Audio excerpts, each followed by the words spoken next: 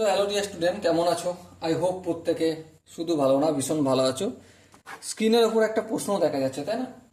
এই প্রশ্নটা আমরা মন দিয়ে বুঝবো, পড়বো, তারপর চ্যানেলটা সাবস্ক্রাইব করে অঙ্কটা করব। কি বলেছে দেখো, বলেছে যে এবিসি এর মধ্যমা এডি এবং এডি এর ওপর যে কোনো একটু বিন্দু ই হলে এখানে চারটে সম্পর্ক বলেছে। চলো আমি একটা কাজ করি, একটা ত্রিভুজ অঙ্কন করি। এই হচ্ছে ত্রিভুজ এ বি সি, এডি মধ্যমা। চলো আমি এডি মধ্যমা অঙ্কন করলাম।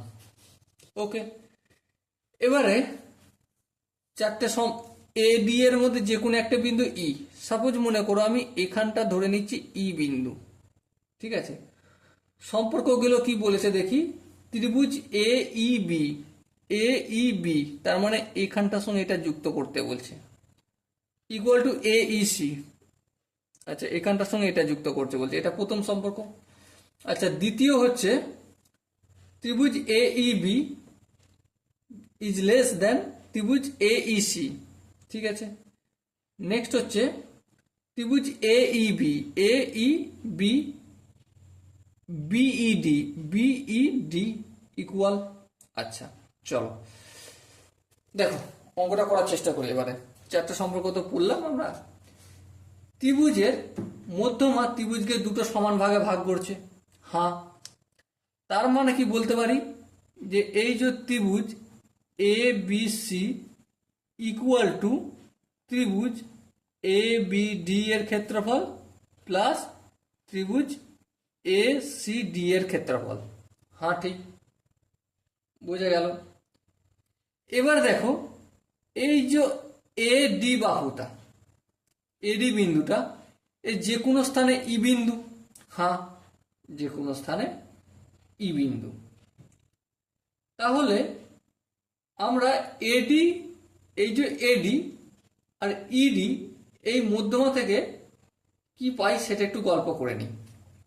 দেখো ত্রিভুজ এ বি সি অ্যান্ড ত্রিভুজ বিই সি, মানে এ বি সি বড় ত্রিভুজটা আর এই বিইসি, বিইসি এই ছোট ত্রিভুজটার মধ্যে কি দেখতে পাই, এর মধ্যমা মধ্যমা যথাক্রমে মধ্যমা কে কে, এবিসি এর ত্রিভুজের মধ্যমা এডি অ্যান্ড এই বিইসি ত্রিভুজের মধ্যমা এডি, তাই তো? হ্যাঁ ঠিক। তাহলে ধ্যান দিয়ে লক্ষ্য করো, কি লক্ষ্য করব, যে এখানে ভালো করে বিচার করবে, তাহলে অঙ্কটা সলভ হয়ে যাবে। এই যে বিইসি এই ত্রিভুজের মধ্যমা তো ইডি, হ্যাঁ। তার মানে এই যে বিইডি এইটাকে আর ইডিসি এই ত্রিভুজটা যোগ করলেই পুরো বড় ত্রিভুজটা হয়, হ্যাঁ। তার মানে এই ত্রিভুজটা ইকুয়াল টু এই ত্রিভুজটা, হ্যাঁ।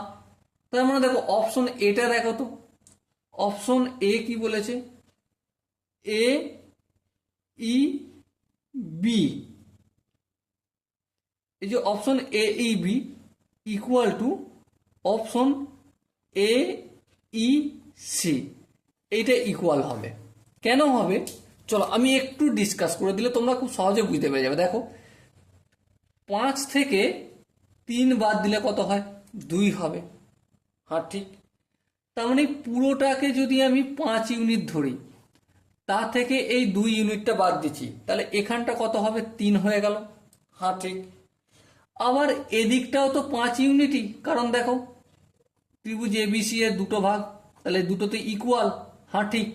তাহলে এইটাও হচ্ছে পুরোটা, পুরোটা 5 ইউনিট। সেখান থেকে এইটা যতটা এইটা ততটা এটা, এটা 2 বিয়োগ করলে 3 হয়ে গেল, হ্যাঁ ঠিক। তার মানে এই অংশটা সমান এই অংশটা, কি বলতে পারি? হ্যাঁ বলতে পারি, ব্যাস অঙ্ক শেষ। Clear? Okay. So dear student, I hope তোমরা কনসেপ্টটা বুঝতে পেরেছো। যদি কোনো জায়গায় বুঝতে অসুবিধা থাকে তাহলে কি করতে হবে, কমেন্টে অবশ্যই জানাও। ওকে, আর দেখা হচ্ছে পরবর্তী সেশনে। ততক্ষণ পর্যন্ত ভালো থেকো, সুস্থ থেকো এবং জয় হিন্দ।